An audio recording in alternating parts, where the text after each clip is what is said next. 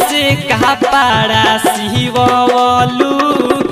आधा देह रहता उघार अरे कहवाना दरजिया से कपड़ा सिवलू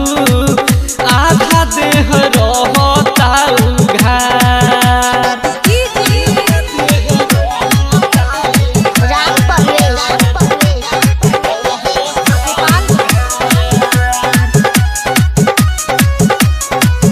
सब केहू देखता ते तोह रोबदनिया यार तोह रोबदनिया हो ना जाने है कोई सोन बसमा सब केहू पिए चाहे तोह रस पनिया यार तोह रस पनिया हो बुझे लो तोहर के फिरी बहनेलू चालू सालू कह के सिंगार लफड़ा होई बरिया बहनेलू चालू सालू कह के सिंगार लफड़ा होई बरिया अरे कहवाना दरजिया से कपड़ा सिवलू आधा देह रहता उघार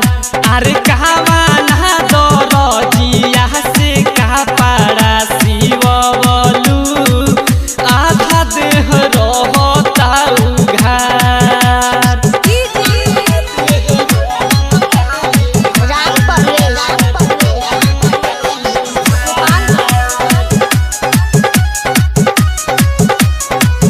दिन भर घूमता जाई के बजरिया यार जाई के बजरिया में देहिया में नइखे कवन डर लाल जीरो हितवा कहे हम रहन जरिया यार हम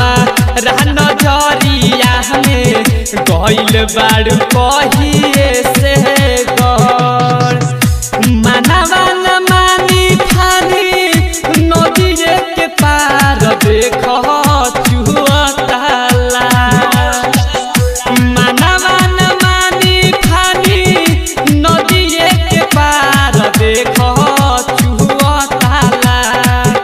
अरे कहवाना दरजिया से कपड़ा सिवलू आधा देह रहता उघार अरे कहवाना दरजिया से कपड़ा सिवलू आधा देह रहता उघार। जब जब लौके छौके मनवा हमार कहवा फटल सलवार अरे कहवाना दरजिया से कपड़ा सिवलू आधा देह रहता उघार अरे कहवाना दरजिया से कपड़ा सिवलू आधा देह रहता उघार।